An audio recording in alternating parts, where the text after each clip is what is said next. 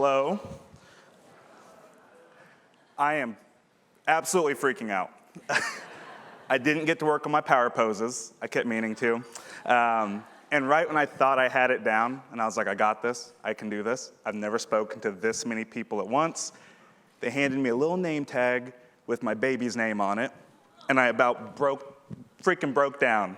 It just said Nova Thrasher, and I was like, oh, what am I doing?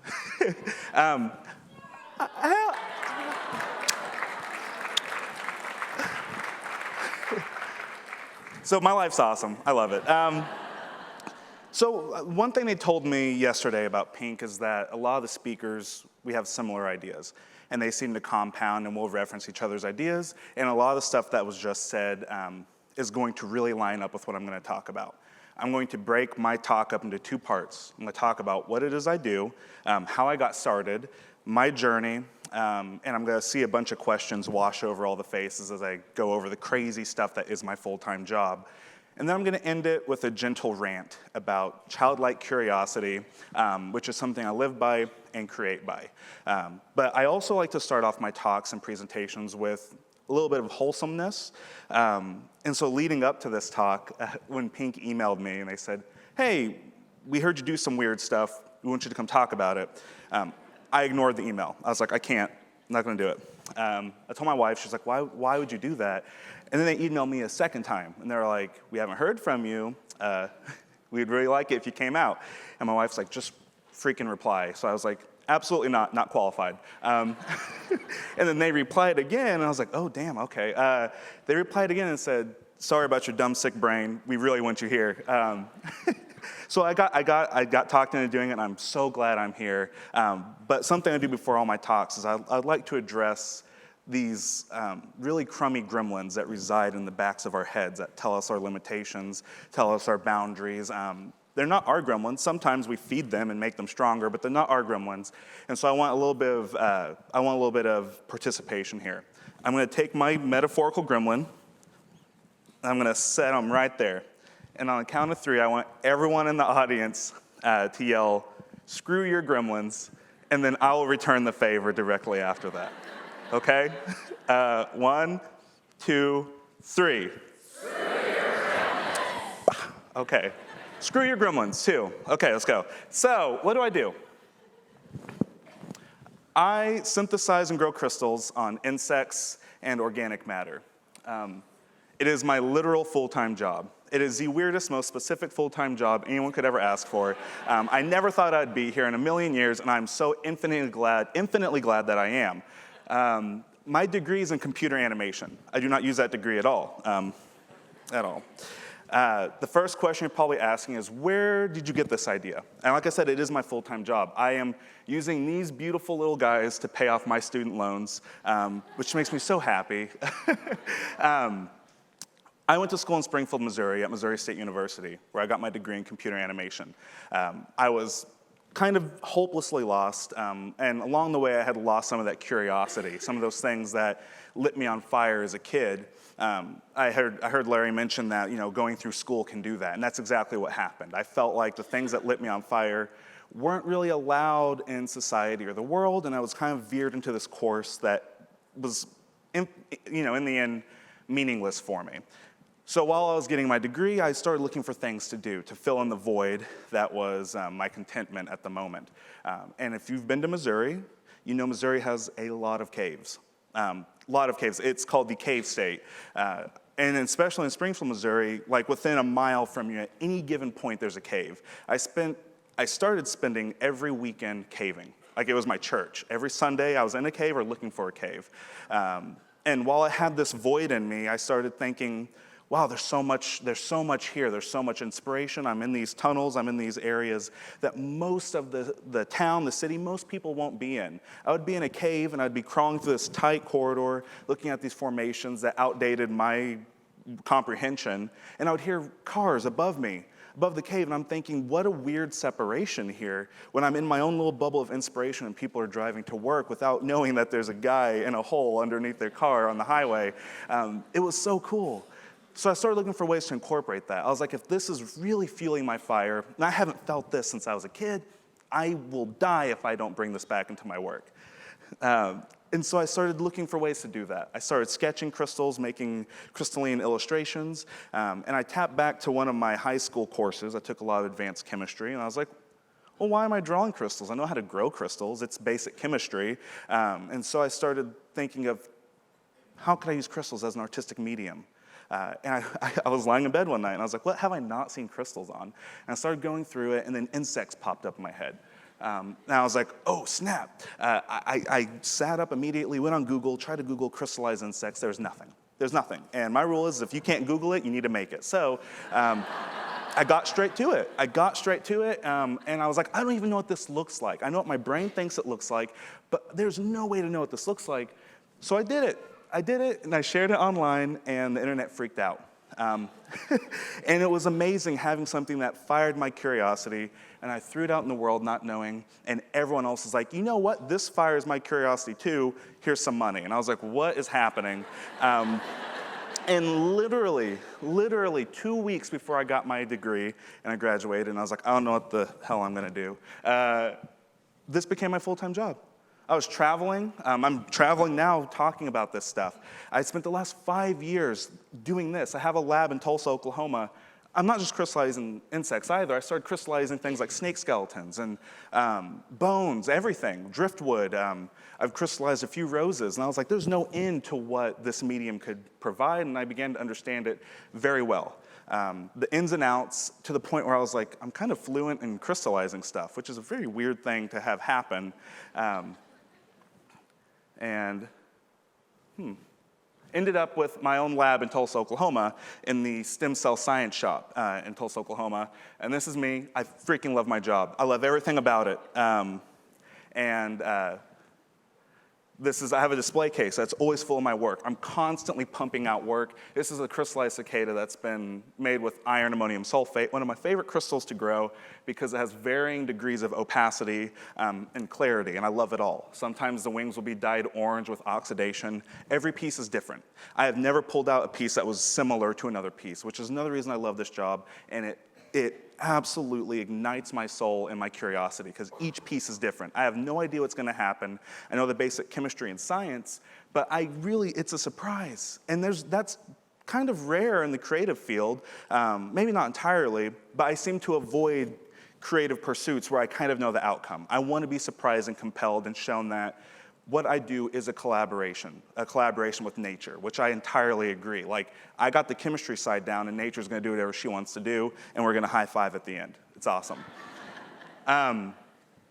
So I've been doing this for 5 years. I'm known as the crystal guy. I will literally go somewhere, and someone's like, you're the guy who puts the crystals on the bugs. And I'm like, yes, I am. And one day, about 2 years ago, this is the meat of what I want to get to because I think it's cool as hell, and I'm hoping I'm about to blow some minds.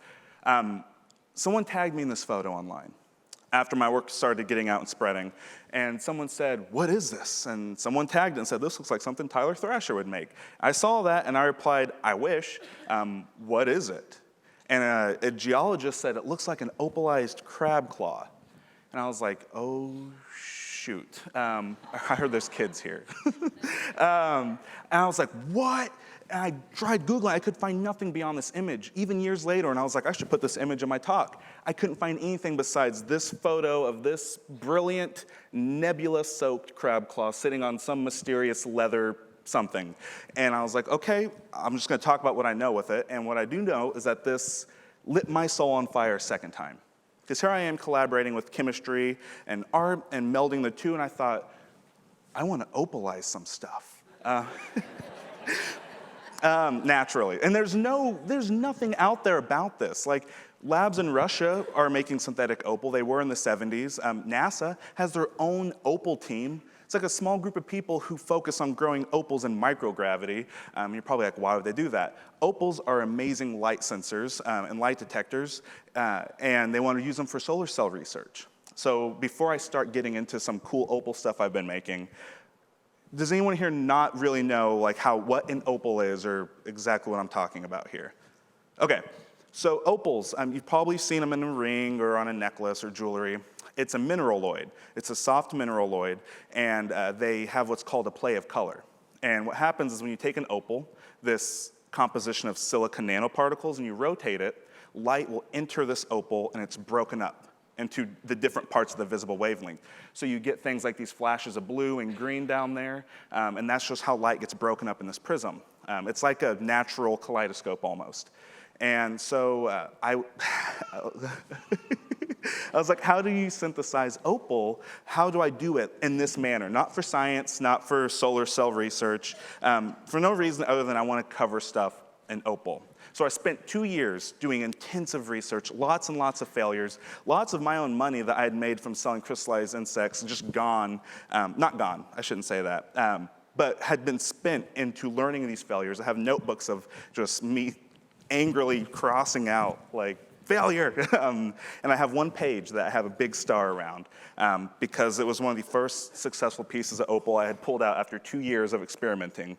And it's this little nugget about the size of my pinky nail. And you can see the blues and greens rotating and flashing. That's not the particles moving around in this opal. That is me moving, I took a flashlight and I'm just rotating it. And the light enters this cubic array and it's broken up in this brilliant display of color and honestly magic. This was the first successful piece I pulled out. And I had tweaked my recipe dozens and dozens of times to get this. And I thought, okay, now, after 2 years, I know how to grow opal. I know how to make opal that behaves and looks like naturally occurring opal, has the same chemical composition as naturally occurring opal. All this fueled by my love for nature and this fiery, childlike curiosity that I've been wielding since I graduated college. And so I decided, okay, what else can I do with this? And I enhanced my recipe a little bit more and tweaked it, and was able to get these pinfire, almost firework displays of color. This piece right here, again, is about the size of my pinky nail, and it's comprised of little tiny silica spheres, about 400 nanometers in diameter, lined up perfectly. They have to be, so when light enters, wavelengths can kind of like squeeze in between the particles and it gets separated. And so I was whipping out stuff like this. And I was like, okay, it took 2 years to figure this out. Can I please now get to the like opalizing of the dead things? And I did. So this right here is a cicada shell. If you know what cicadas are, they're the loud insect that they crawl out of the ground and they buzz and then they mate and die. I took a cicada shell, I took a syringe, and I took my opal solution in a funnel, hooked it up to the syringe, and let gravity suck it down into the cicada shell where it hardened over the course of 8 months. And I didn't know if it would work. I had no idea. And it worked so much better than I ever could have imagined. I peeled back some of the cicada shell to reveal this little white patch down here. You can see those flashes of green. And what ended up happening is the opal formed a perfect mold of the cicada shell. I peeled this shell back, and you can see in immense detail the particles that had filled in this abdomen of the cicada shell, and I was absolutely blown away. Again, I didn't know what to predict. It was a beautiful surprise, and I was onto something. But the problem was, like, this is very specific, right? This means I can only opalize things that have a hollow opening, something I can fill with the solution. And I was like, I want to opalize everything. And not everything works like this, so I had to think of a way around it. And after giving a lot of talks and traveling for my work, I met a lot of kids. And kids who have crazy ideas. Kids have absolute bonkers ideas. And while most of us won't say they're not practical, they can at least be inspiring. And I met these kids that would look at my work and they're like, what if you did this? What if you did that? And I'm like, okay, keep talking. Because then I'd get in these crazy conversations that I don't get to have with most adults. Where these kids are like, what if you put this on that? And then you did that. And I'm like, you are insane and I love it. And so I was like, maybe I should think this way. I understand the chemistry and science part of it. Maybe I should start thinking this way. So I was thinking, okay, if I want to cover something in opal, I got to do it quick. Because the way this works is it's sedimentary. So it takes gravity about 7 to 8 months to pull this stuff down, and then it shrinks into opal. And I was like, I need it to happen quick. Well, unfortunately, naturally occurring opal takes about hundreds of thousands of years to grow. This took about 8 months, and I was like, I need it quicker. Which I'm asking the universe for everything here. And I thought, okay, what can I do? I need a crazy idea. And so I thought, what if I took a material that acted like a sponge, and it sucked out everything in my opal solution except the silica? Because there's a lot of things in my opal recipe that keep the particles separate until they get large enough. to make opal, and I thought I need a sponge, something I'll just like suck it all out and then opalize something. And that's what I ended up doing. I got a material that soaked up all the solvents in my opal solution except the silica. Here's another, one of my favorite pieces of opal I pulled out. I'm absolutely in love with this. But here's another one, same piece, different angle of light. And then here's a nice little fun close-up video for you. So this is the angle of light changing through the opal, and I slid this under a microscope and hooked up the Mark IV camera to it and recorded all this. But this is what I want to get to. I took a cicada shell, soaked it in this spongy material that would suck up everything in my opal solution except the silicon nanoparticles, and in 5 days, I grew opal. 5 freaking days. I freaked out. I was like, there's no way. I pulled it out and was like, it's been 5 days. And everyone's like, maybe it's a fluke, try it again. So I tried it again, and tried it again, and tried it again, and tried it again. And every single time, about 4 to 6 days, 5 days on average, I was able to completely opalize something. It worked just like I thought it would, and my craziest childlike ideas from listening to all these kids throw out their bonkers ideas. I was like, okay, there's something here. And so this is the same cicada shell. Same shell, but you can see how drastically the colors are based on where the light points. And it looks like a nebula just like punted this thing in the face and it exploded into science magic. I love it. And it's something I want to end on. I said I want to end on a gentle rant about childlike curiosity. This is something I had to fight like hell to get back through schooling and through the misery of getting a degree I knew I didn't want. And I had to fight. I had to literally crawl through miles of caverns and caves to find this inspiration. I loved every minute of it. I loved every minute of it. I still do it. It fires me up in ways that nothing else does. And I keep hearing all these talks. I keep hearing all these speakers, and I'm watching YouTube videos like, how do I talk about this? Because I'm about to give a talk, and I'm scared as hell. And I keep hearing all these people say, we need to re-inspire kids. We need to inspire them and fire them back up. And I'm thinking, no, we don't. The one thing I've learned through just doing whatever I want to do and following whatever that wild curiosity is and listening to these kids at my talks and shows that have wild ideas, they don't need help being inspired. They don't need help. They come in the world on fire, illuminated. Everything blows their minds. Everything. I just tried to take a hike with my toddler, like freaking, what was that, like 3 months ago? It took us 45 minutes to start the hike because he was looking at everything. And I'm like, here I am with my adult expectations thinking I want to do this hike in 2 hours, but we took the whole day off to hike. So I had to like really check myself on this thing that I thought I believed, which is childlike curiosity is untamable. It's unfiltered. It's absolute pure magic. And we have to stop this thing where we want to contain it, filter it, and take our life of boundaries and limitations and expectations and try to funnel down that curiosity to a bottleneck that we've adjusted our lives to. Kids don't need help being inspired and illuminated. They need to see us, more speakers like everyone who's been up here, everyone who's in here. They need to see more adults like us who are still on fire. That's what they need to see. They need to see that in 30 years, the things that blow their minds now will still blow their minds later. They need to see the things that they love so fervently and so adamantly will still be just as amazing and just as absolute awe-inspiring. And they need to see adults who have not lost that. We have not. We can't show them this world of adults that just walk around with this little bottleneck of things that we think is possible when that's an absolute delusion. And with that, I want to end on my next project, which is, yes, I'm opalizing cicadas, but I was like, what else could I opalize? This is a flower that I soaked in my 4-day opal recipe. And it's a prototype, but it's still cool as hell. And I coated it in silicon nanoparticles, and you can see the shifts of color on the petals as the silica particles layered on it and shrunk, making the form of the flower. And as far as I know, it's the world's first and only opalized flower. It's a prototype, and I plan on making so many more. I might even be opalizing people's bouquets, their wedding bouquets, and really just paying off my student loans pretty early. And just one last thing. I want to ask, where are the kids in the room? You little kids, young minds, can you stand up for me? Yeah.